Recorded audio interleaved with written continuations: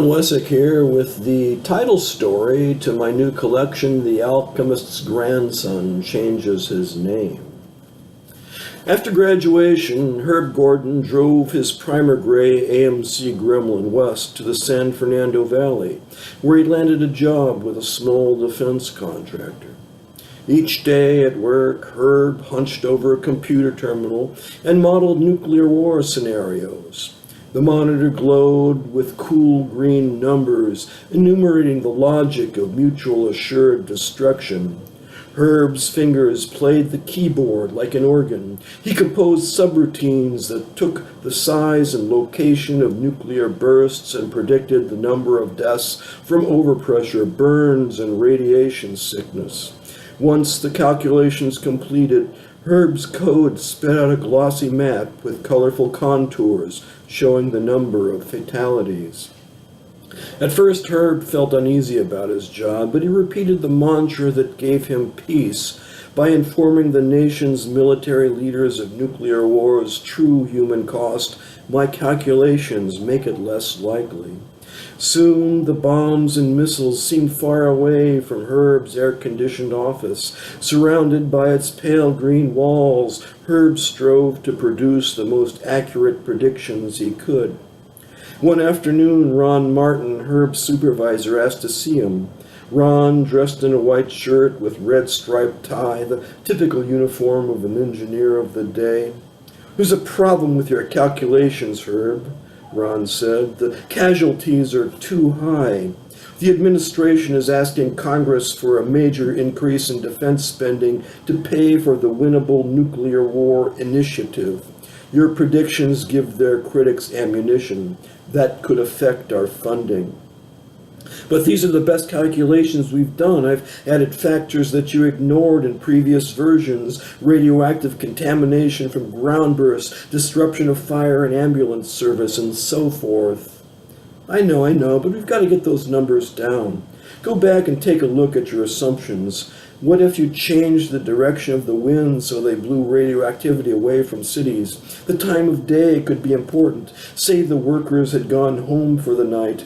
Factoring in some shielding from hills and buildings could reduce the death from blast and burns.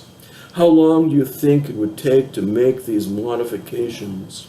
Herb paused before answering. "I'm not sure. I'd have to look at the code." "Okay, let me know by tomorrow afternoon." As Herb turned to leave, Ron added, "You know, Herb, I've been very impressed with the job you've done so far. There'll be a nice bonus for you at the end of the year." The green cursor on Herb's computer terminal blinked on and off, inviting him to use one of mankind's most magnificent electronic brains, but all Herb could do was stare. After work, he drove home to his empty one-bedroom apartment and searched the want ads in Physics Today. Nothing looked promising. Physics glory days were over. Only a select few graduates could hope for a university job. The academic community had greeted the results of Herb's 7 years in graduate school, 7 years of living on coffee, nerves, and instant ramen, with a polite yawn. This had convinced Herb to search for work in industry, hence his move to LA. Herb went to bed and thrashed with the covers until 3 a.m. When he finally slept, troubling dreams visited him. His sleeping mind rehashed black and white newsreel footage of Japanese doctors in gauze masks using chopsticks to place dressings on the burned, mottled skin of nuclear bomb victims. Herb dragged himself to work and struggled through the morning. He went out to lunch and stopped at a pink-walled Mexican restaurant on Sepulveda Boulevard. Herb placed his order and stood waiting while electric fans blew hot air in from outside. Occasionally, a radio announcer would interrupt the salsa music that blared from the loudspeakers with a commercial in Spanish. When the woman behind the counter called Herb's number, he exchanged his receipt for his fajitas on a red plastic tray. Herb sat at a Formica table. The white plastic knife he used to cut the burned flesh carved grooves in the styrofoam plate. He lifted a forkful of meat to his mouth and chewed slowly. It tasted of ashes. His stomach rebelled. Herb pushed the plate away.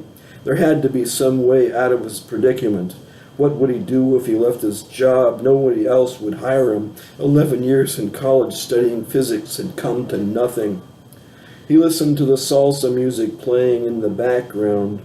Herb pushed back his chair, stood, and began to move his hips to the Afro-Cuban rhythm blaring from the loudspeakers. The brown-skinned women who sat at the other tables and wore identical white cotton dresses stared at him, but Herb was beyond caring. He placed his feet to the staccato rhythm of the bass and began to sing along with the chorus in badly pronounced Spanish.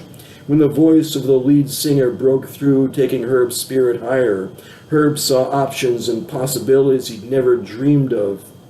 Herb Gordon never returned to his job. To make sure his former employer never found him, he changed his name to something looser, more Latin. Now, Akimbo Bustamante works on a roofing crew. Most people consider his career a failure, but at night when he dances, the whole world dances with him.